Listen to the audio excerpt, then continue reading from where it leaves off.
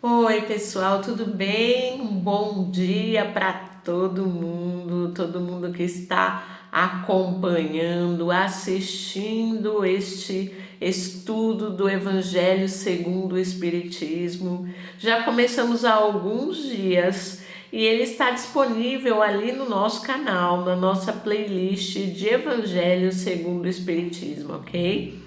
Estamos estudando o livro desde a primeira página e já estamos na página 64. Olha que legal, já estudamos tudo isso aqui, pessoal. Olha só, e estamos caminhando para o início, estamos finalizando a introdução do Allan Kardec e vamos continuar hoje no item 18, que intitula-se Os laços de família são fortalecidos pela reencarnação e rompidos pela unicidade da existência. Mas eu tenho que lembrá-los que temos que colocar a nossa água para que a nossa equipe espiritual possa passar pela casa de cada um de vocês e colocar nesta água tudo que for bom, tudo que for energia positiva, para que vocês tenham uma excelente semana, pessoal. Coloquem aí uma aguinha para cada uma das pessoas que está participando desse estudo. Reserve a água aí ao lado. E ao término nós vamos tomar essa água, ok? Nós temos que começar como começamos sempre, com aquela oração que vem lá do coração. E vamos fechando os nossos olhos e começando agradecendo ao Pai pela oportunidade de estarmos aqui do lado dos que estudam, a oportunidade de estarmos tentando colocar em nosso dia a dia, colocar em nossa vida, colocar nas nossas atitudes todos os ensinamentos do nosso Divino Mestre Jesus. Que Jesus nos ampare e nos guie nesse estudo, que os bons espíritos se façam presentes para nos inspirarem às reflexões necessárias, ao entendimento que nos cabe, a tudo aquilo que nos comprometemos a ser e a fazer no nosso planejamento reencarnatório. Obrigado, Pai, por mais um dia, mais uma semana que se inicia e pela oportunidade de poder estar estudando os Teus ensinamentos. Seja conosco hoje, todos os dias da nossa vida, que assim seja. Muito bem, pessoal, vamos começar então? Vamos começar. Os laços de família são fortalecidos pela reencarnação e rompidos pela unicidade de existência. Item 18.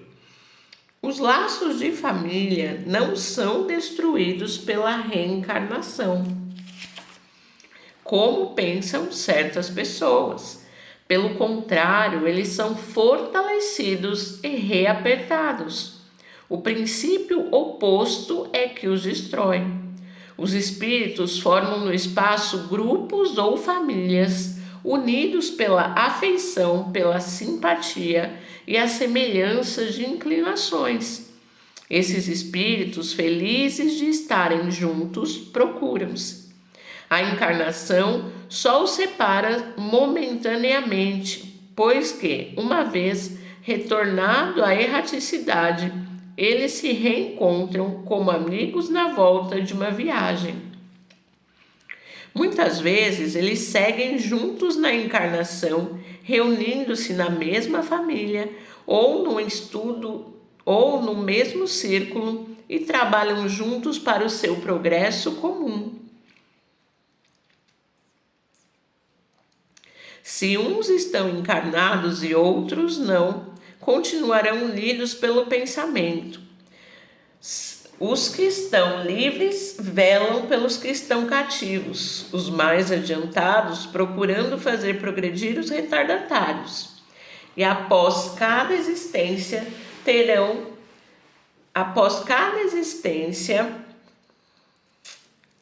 dado mais um passo na senda da perfeição. Cada vez menos apegados à matéria, seu afeto é mais vivo, por isso mesmo que mais purificado, não perturbado pelo egoísmo, nem obscurecido pelas paixões. Assim, eles podem percorrer um número ilimitado de existências corporais sem que nenhum acidente perturbe sua afeição comum. Entenda-se bem que se trata aqui da verdadeira afeição espiritual, de alma para alma, a única que sobrevive à destruição do corpo, pois os seres que se unem na Terra apenas pelos sentidos não têm nenhum motivo para se procurarem no mundo dos espíritos. Só são duráveis as afeições espirituais. As afeições carnais extinguem-se com a causa que as provocou. Ora, essa causa deixa de existir no mundo dos espíritos, enquanto a alma sempre existe. Quanto às pessoas que se unem somente por interesse, nada são realmente uma para outra. A morte as separa na terra e no céu. Que legal, né, pessoal? Então ele começa falando aqui que os laços de família são fortalecidos na reencarnação, né? Por quê? Porque se nós estamos afim de pessoas, se nós estamos afim, que eu digo, não é estou apaixonado ou estou querendo um relacionamento, não.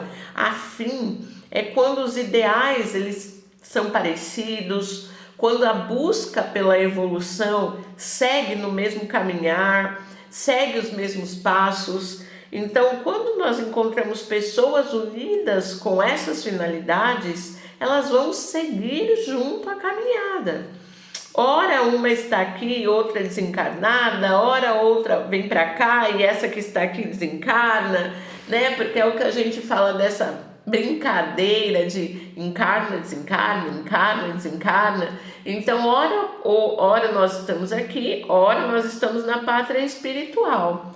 E a gente nunca vai se afastar dos nossos espíritos familiares, dos nossos espíritos afins.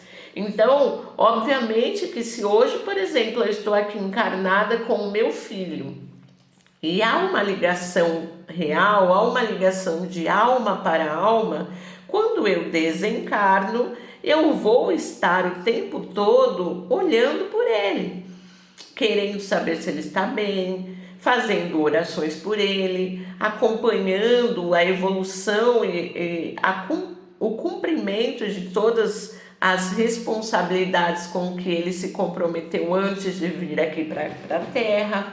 Não sei se serei a mentora dele desencarnada, é uma possibilidade também, mas o mais sensato é que ele já tenha o seu mentor e eu, por ter essa afeição, essa afinidade espiritual, continuo acompanhando o desenrolar da sua vida, o desenrolar das suas atividades, para que eu possa estar sempre ao lado dele. E isso acontece com inúmeras pessoas, porque a nossa família, ela é muito grande, pessoal, até aonde temos as informações que nós temos a respeito disso, a nossa família espiritual, ela é gigantesca. Se pensarmos que já tivemos pelo menos aí umas, 100 encarnações, 100 reencarnações ou mais, né? Somos espíritos milenares. Quantos que nós já não nos afeiçoamos nessa caminhada e seguimos caminhando junto para que possamos nos apoiar, nos suportar, nos auxiliar nos entraves da vida. E ele continua no item 19. A união e a afeição entre parentes indicam a simpatia anterior que os aproximou.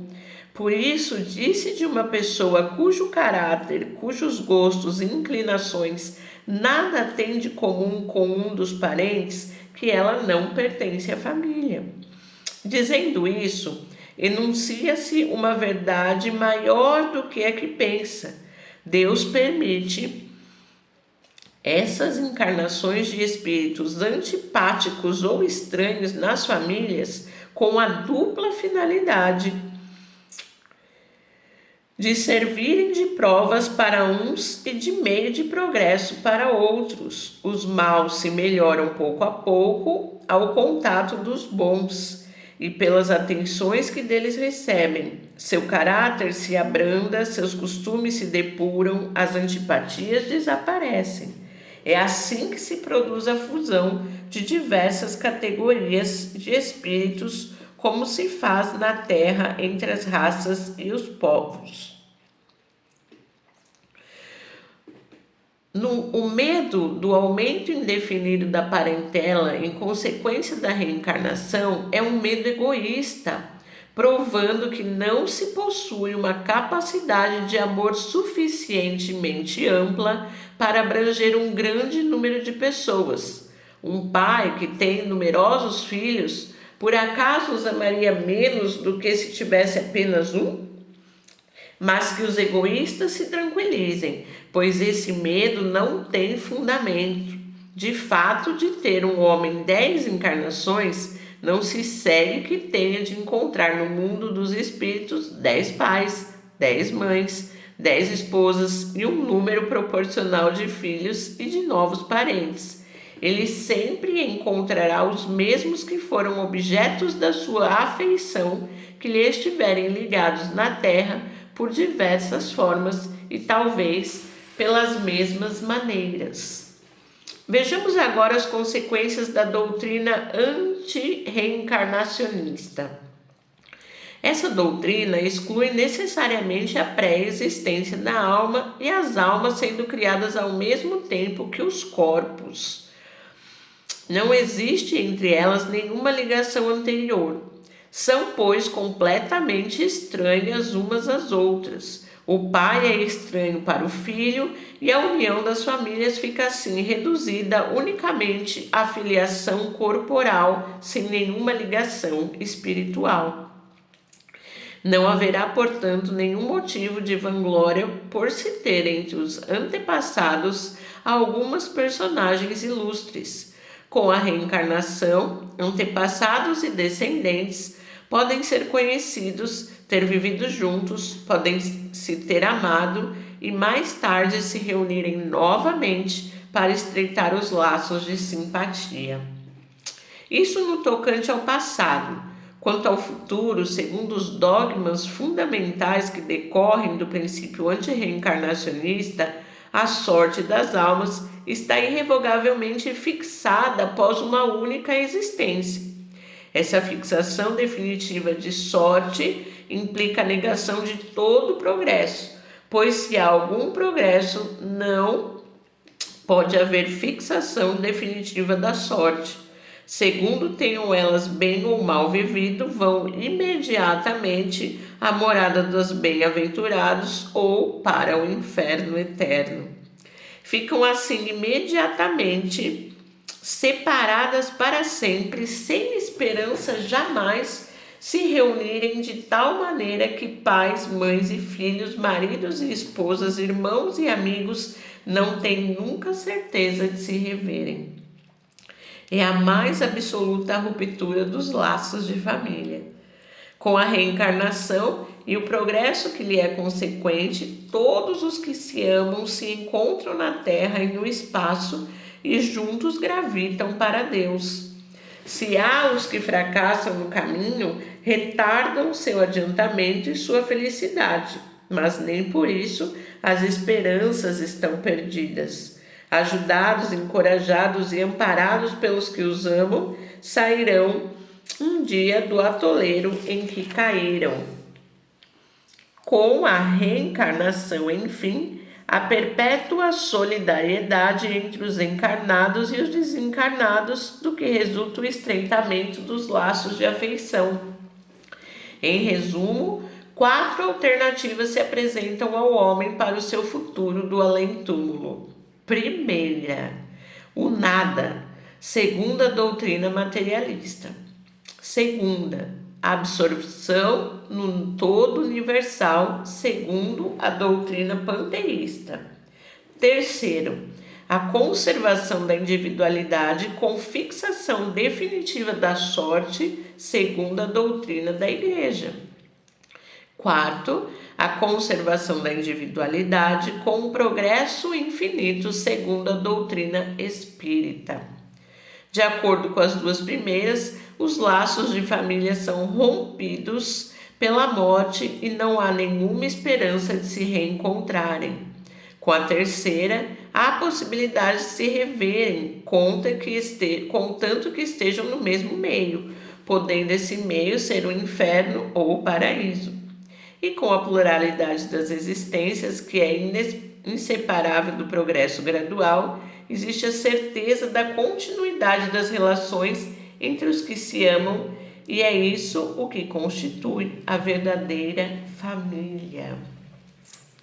Então, pessoal, é muito engraçado, né? Porque passamos já por todas essas etapas do processo, né? Entendo que se você pensar de uma forma bem racional, bem lógica, né? Como Kardec sempre diz, o bom senso encarnado, se a ciência me contrariar, que vocês fiquem com a ciência e deixem as coisas de lado que eu tenha dito aqui nesses livros. Então, se a gente for pensar por esta lógica, por esse caminho, nós já passamos por tudo isso. Porque com certeza em algum momento da nossa evolução nós acreditamos no nada. Acreditamos que morreu, acabou, acreditamos que só o que tinha aqui nessa terra era o que importava, que nós teríamos que fazer tudo o que nós pudéssemos enquanto aqui, porque quando morresse estava tudo perdido, né? Também já evoluímos desse momento e fomos para aquele momento aonde acreditávamos que nós voltaríamos para o todo. Então, sabendo que fomos criados por Deus, então uma parte de Deus, na morte essa parte do corpo material ele se dissipa e nossa essência volta para o todo, que é o Pai, e volta a ser o Deus completo.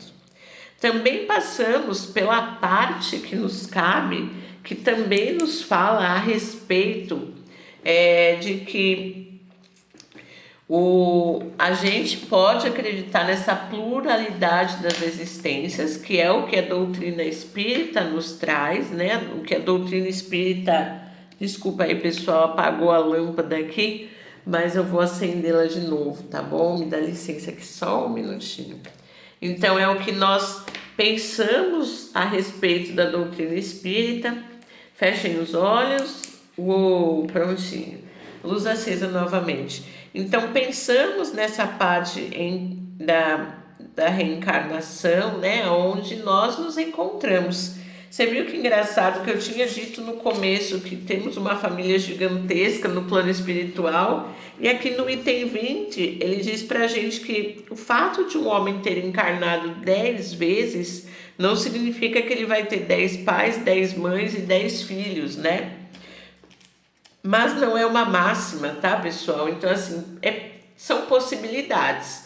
Então, é possível que eu tenha 10 mães, 10 pais, 10 filhos, ou 10 mães, 10 pais, 10 mulheres, né, 10 esposas, 10 maridos e um número proporcional de filhos. Mas não é uma verdade que cabe a todos os seres encarnados, a todos os seres que são criados, todos os seres vivos. Então ele diz aqui que pode ser que a minha família seja mesmo uma família pequena.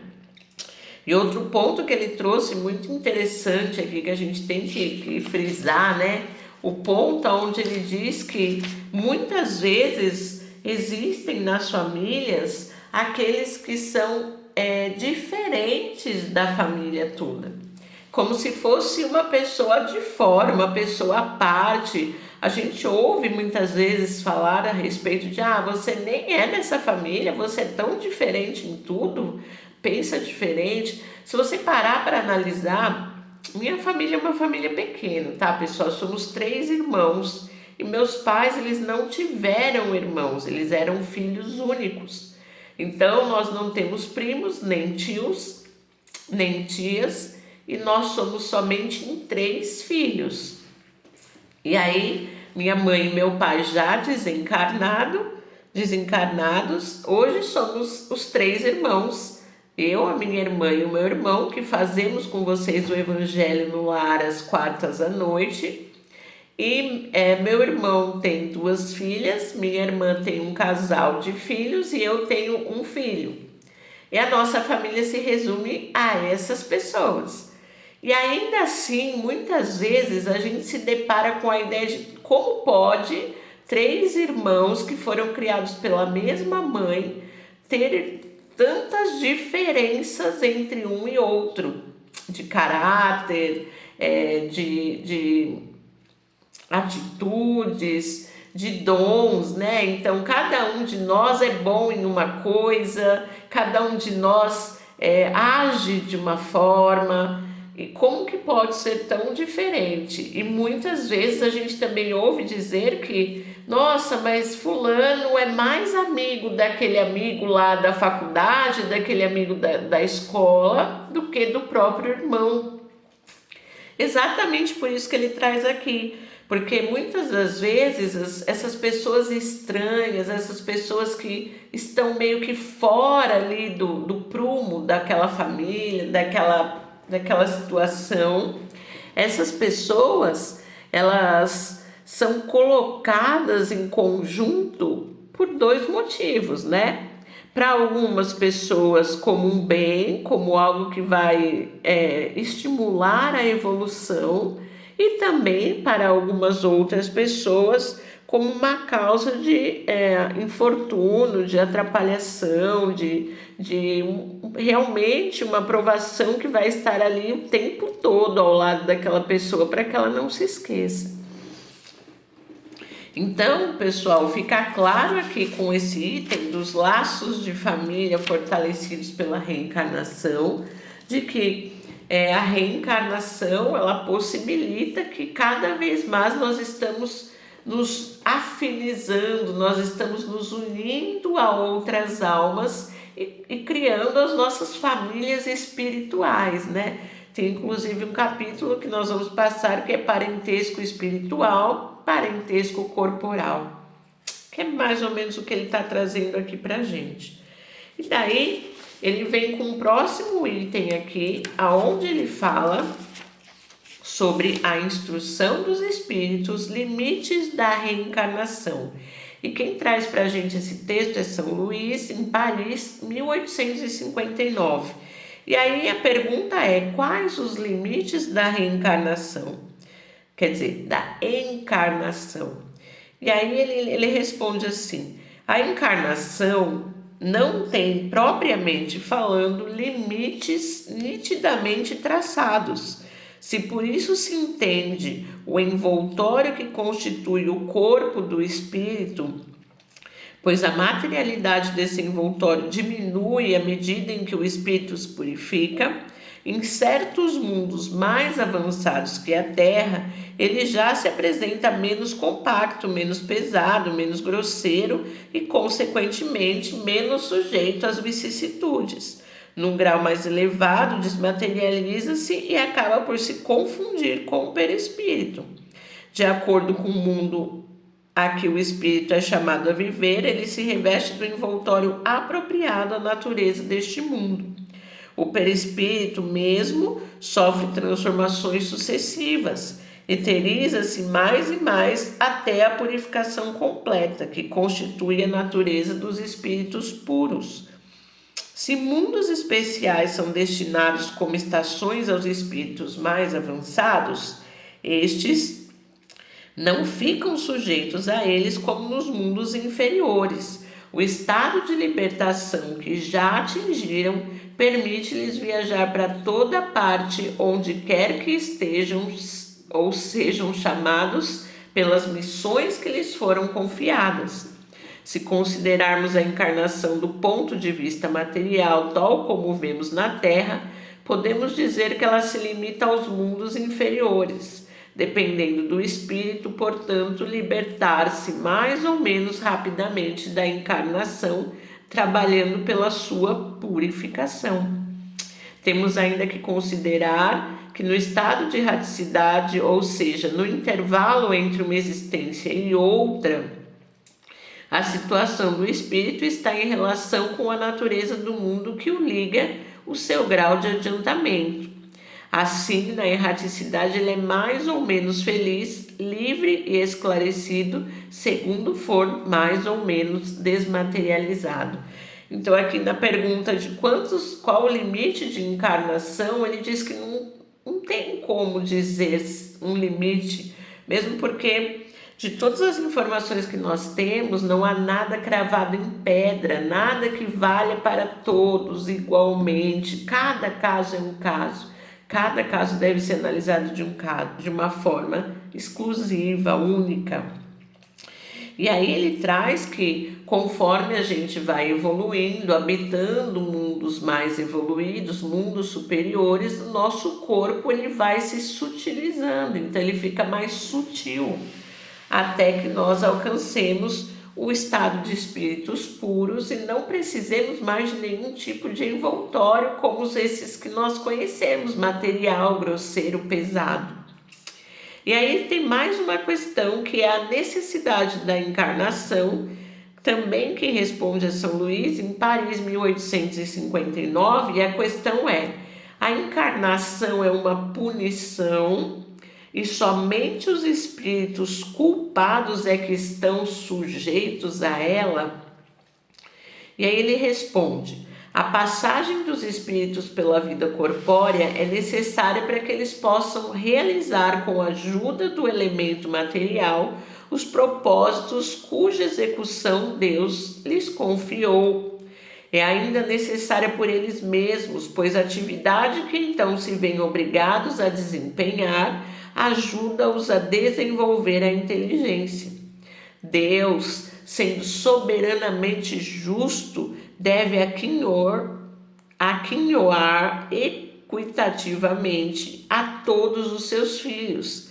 É por isso que ele concede a todos o mesmo ponto de partida, a mesma aptidão, as mesmas obrigações a cumprir e a mesma liberdade de ação.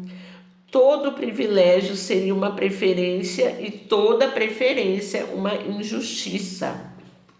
Mas a encarnação para todos os espíritos é apenas um estado transitório. É uma tarefa que Deus lhes impõe no princípio da existência como primeira prova do uso que farão do seu livre-arbítrio. Os que executam essa tarefa com zelo sobem rapidamente e de maneira menos penosa os primeiros degraus da iniciação e gozam mais cedo o resultado do seu trabalho.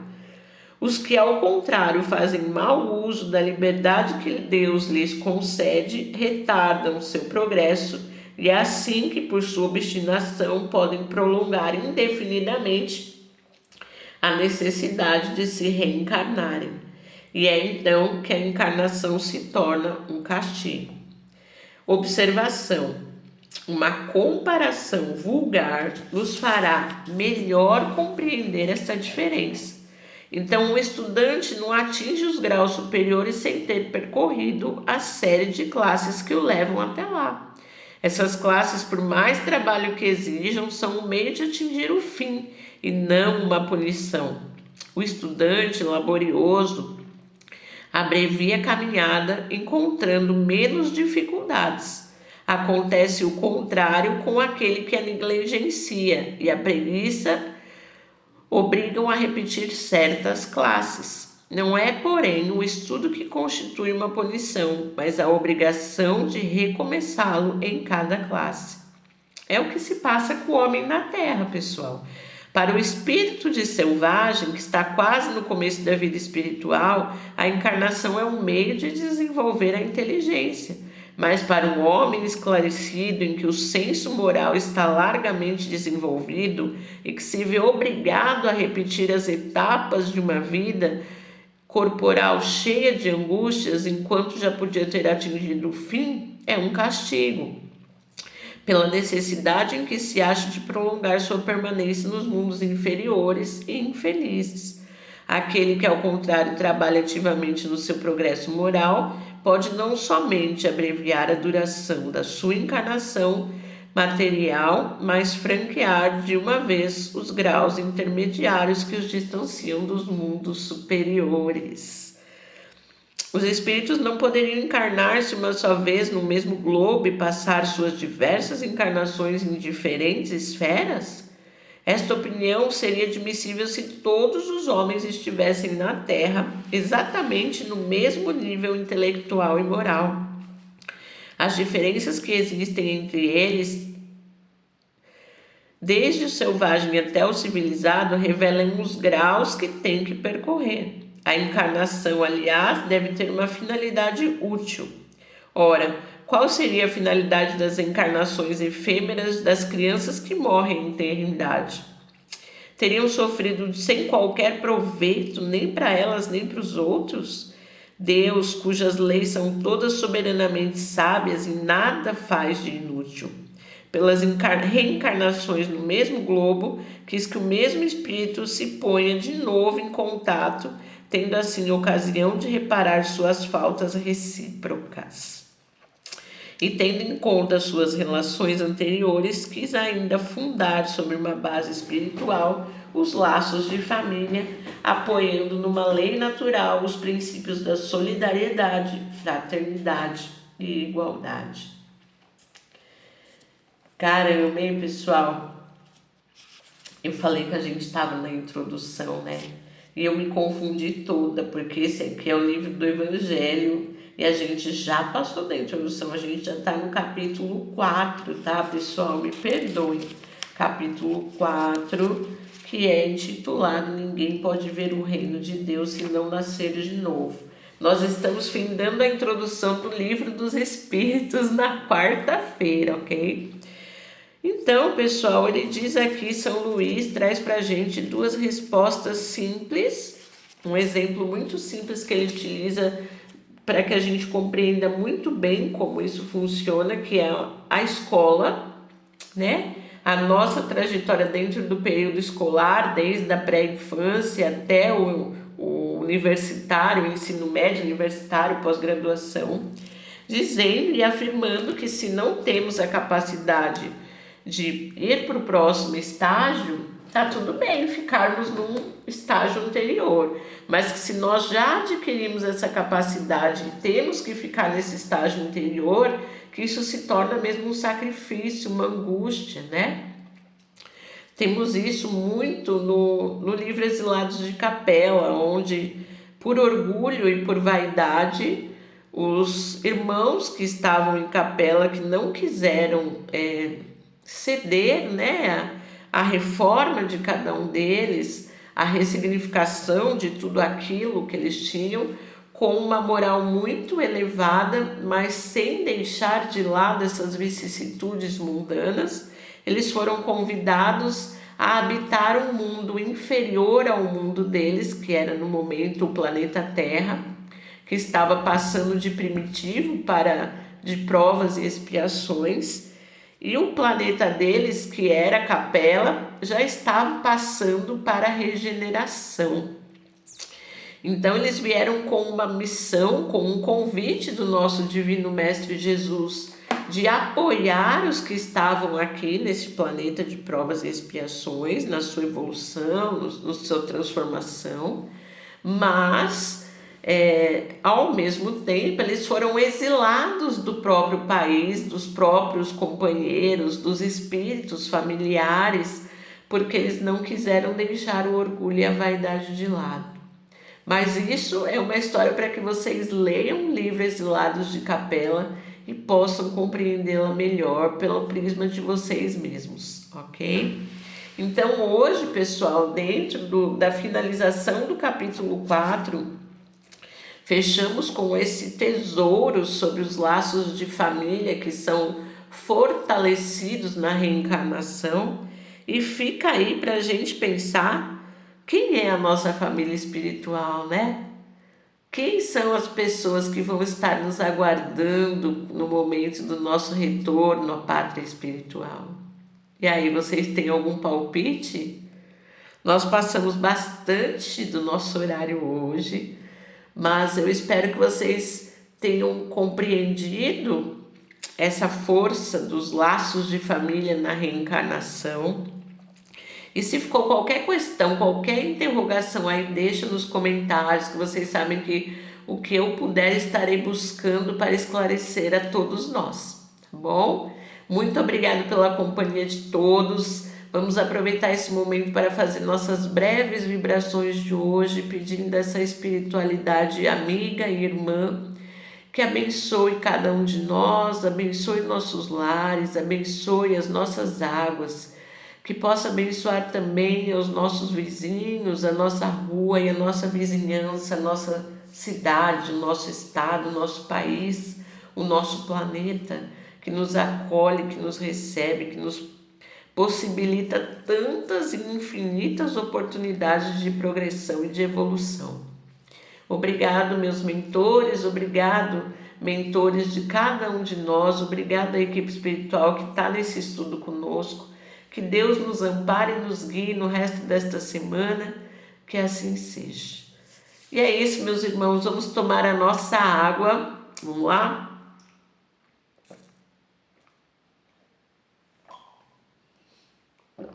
Muito bem. Que Deus esteja com cada um de vocês. Não se esqueçam de deixar o like pra gente aí, compartilhar o nosso canal. E nós nos vemos quarta-feira para continuar o estudo do Livro dos Espíritos e finalizar a introdução, tá bom, meus irmãos? Eu me confundi, mas ainda bem que eu me corrigi antes de terminar esse vídeo. Um beijo, um abraço e a gente se vê por aí, ok? Até a próxima, pessoal!